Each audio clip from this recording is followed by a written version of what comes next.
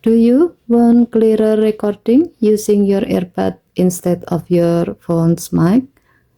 Voice recorder on the Galaxy S25 Ultra can automatically use a Bluetooth microphone when one is connected.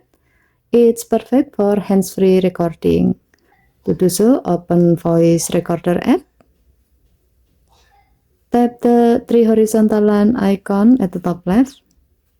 Then tap Setting. And then enable Use Bluetooth mic when available. As a note, if nearby device's permission is not allowed, a pop-up will appear. To fix it, tap Allow. When this option is enabled, record in stereo is automatically disabled, and voice recorder will switch to the Bluetooth mic automatically when connected.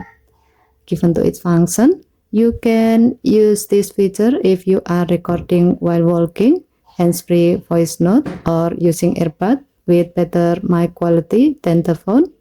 If you already use Bluetooth earbud, this setting makes voice recorder smarter.